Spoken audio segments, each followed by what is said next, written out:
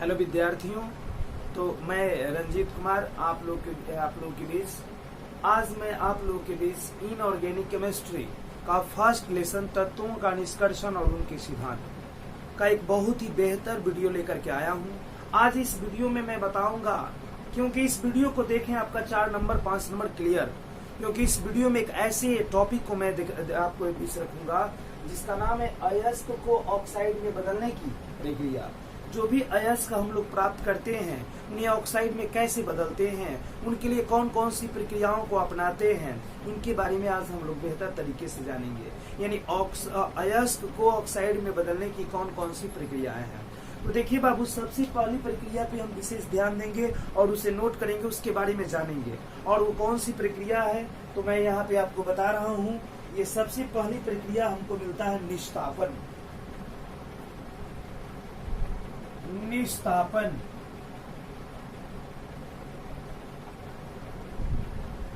अयस्क को ऑक्साइड में बदलने की सबसे पहली प्रक्रिया है, जिसका नाम क्या है? निष्तापन।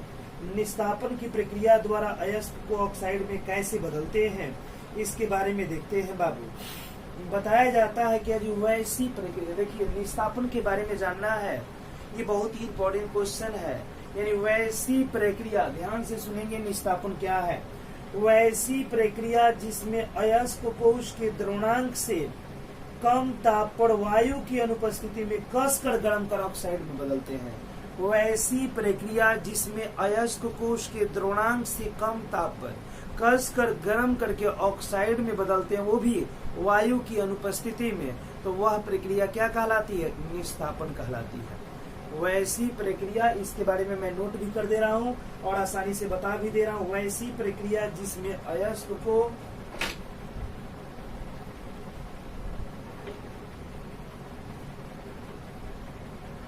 वैसी प्रक्रिया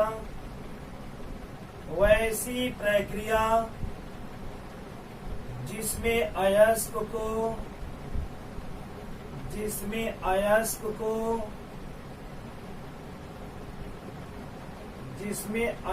को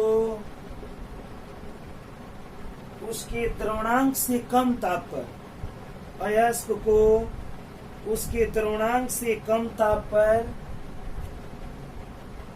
उसके द्रवणांक से कम ताप पर, उसके द्रवणांक से कम ताप पर वायु की अनुपस्थिति में, किसकी अनुपस्थिति में? वायु की अनुपस्थिति में कसकर गर्म कर,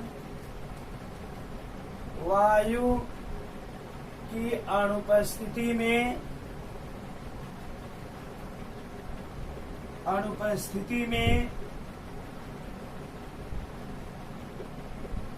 कसकर गर्म कर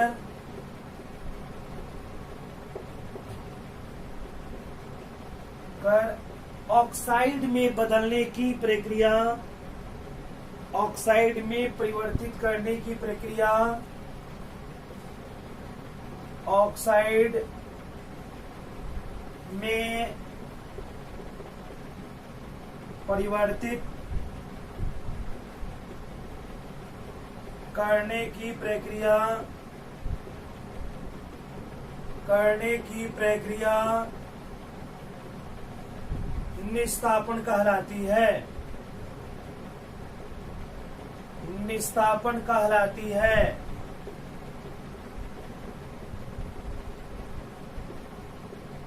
देखिए कितना आसान परिभाषा मिला क्या? जो ऐसी प्रक्रिया जिसमें अयस्क को उसके द्रवणांक से कम ताप पर, जितना पे हुए द्रव में बदल जाते हैं उससे भी कम ताप पर हम वायु की अनुपस्थिति में कसकर गर्म करके, वायु की अनुपस्थिति में कसकर गर्म करके ऑक्साइड में बदलते हैं। तो ऑक्साइड में बदलने की प्रक्रिया क्या कहलाती है? निष्तापन कहलाती है। एग्जाम्पल के तौर पे अगर मान लीजिए हम जिंक कार्बोनेट लेते हैं, ZnCO3, इसे जब हम कसकर गर्म करते हैं वायु की अनुपस्थिति में इसके द्रवणांक से कम ताप पर, तो ये किसमें बदल जाता है? ये बदल जाता है जिंक ऑक्साइड और प्लस बदल जाता है कार्बन डाइऑक्साइड गैस के रूप में। ऐसी कई प्रक्रियाओं को लेकर के हम लोग यहाँ पे दिखा सकते हैं जैसे कैल्शियम कार्बोनेट हुआ CaCO3, इसे हम लोग जब गर्म करेंगे इसके द्रव्यमान से कम ताप पर, तो ये कैल्शियम ऑक्साइड और कार्बन डाइऑक्साइड गैस के रूप में बाहर निकल जाता है। ऐसे कई प्रक्रियाओं को लेकर के निस्तापन को समझा जा सकता है ना। इसके अलावा हम लोग कई प्रक्रियाओं को लेकर के गर्म करके करते हैं। तो इसमें बताया जाता है यह विधि कार्बोनेट और हाइड्रेट ऑक्साइड के लिए उपयुक्त है। यह जो विधि होती है, यह विधि जो होती है कार्बोनेट, है ना, कार्बोनेट अयस्कों के लिए उपयोगी है। कार्बोनेट अयस्कों के लिए उपयोगी है।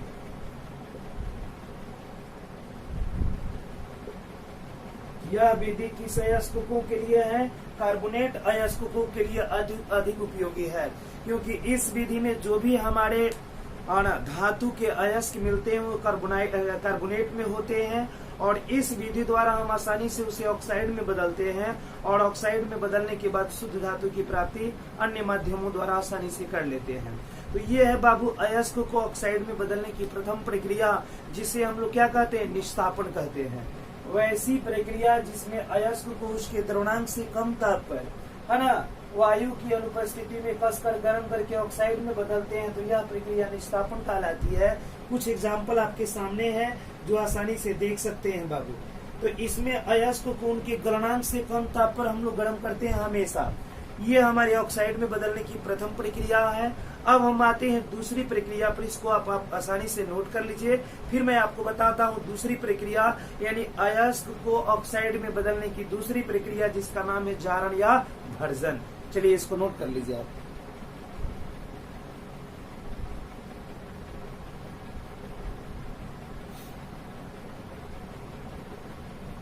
चलिए हम डालते हैं अगला बाबू जारण या भर्जन। इसे अगला हम बोलते हैं जारण, या इसे हम बोलते हैं भर्जन। जारण या भर्जन।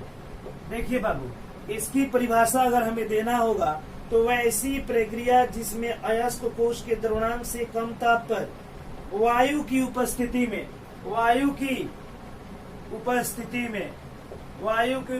में कसकर गर्म करके ऑक्साइड में बदलने की प्रक्रिया, वायु की उपस्थिति में कसकर गर्म करके ऑक्साइड में बदलने की प्रक्रिया, है ना, बदलने की प्रक्रिया जारण कहलाती है। देखिए उसी परिभाषा को हमने थोड़ा सा इंटरचेंजिंग कर दिया, यानी इसको याद करने का आसान तरीका हम एक को याद कर ले। निस्तापन में वायु की अनुपस्थिति होती है, और भर्जन या जारण में जो होता है वायु की उपस्थिति होती है।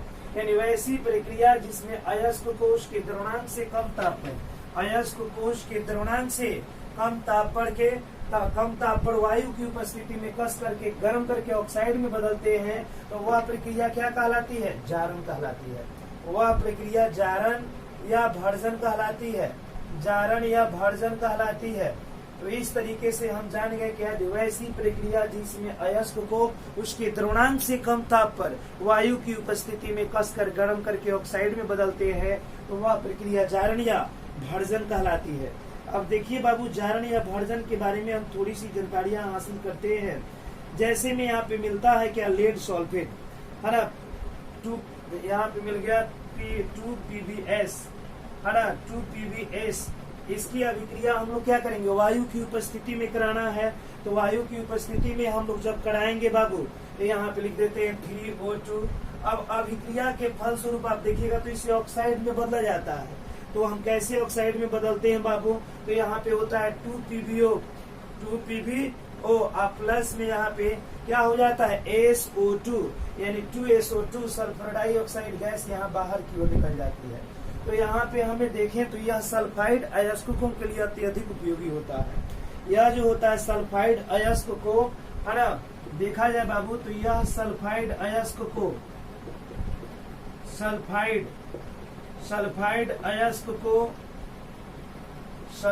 अयस्क को ऑक्साइड में बदलने की महत्वपूर्ण विधि है, की प्रक्रिया है या विधि है। तो देखिए हमारे जो भी सल्फाइड अयस्क होते हैं बाबू, उन्हें ऑक्साइड में बदलने के लिए हम जारण या भर्जन का उपयोग करते हैं। जारण या भर्जन द्वारा कार्बनिक अशुद्धियों को आसानी से दूर किया जाता है। जारण या भर्जन द्वारा हम किन अशुद्धियों को दूर करते हैं? कार्बनिक अशुद्धियों को दूर करते हैं। फिर से समझ लेंगे बाबू, वैसी प्रक्रिया जिसमें अयस्क कोश के द्रव्यांश से कम ताप पर वायु की उपस्थिति में कसकर गर्म करके ऑक्साइड में बदलने की प्रक्रिया जारण या भर्जन कहलाती है। हमने यहाँ पे लेड के एक ऑक्साइड को लेड के एक अयस्क को लिया और उसे वायु की उपस्थिति में हमने क्या किया बाबू? तो वायु की उपस्थिति में इसे कसकर गर्म किया तो ये लेड ऑक्साइड में बदल जाते हैं। तो यह प्रक्रिया जारण या भर्जन कहलाती है। तो इस तरीके से ये दोनों क्वेश्चन को नोट करेंगे और इसमें एक छोटा सा टॉपिक और मैं बता दे रहा हूँ, है ना, इसको नोट कीजिए।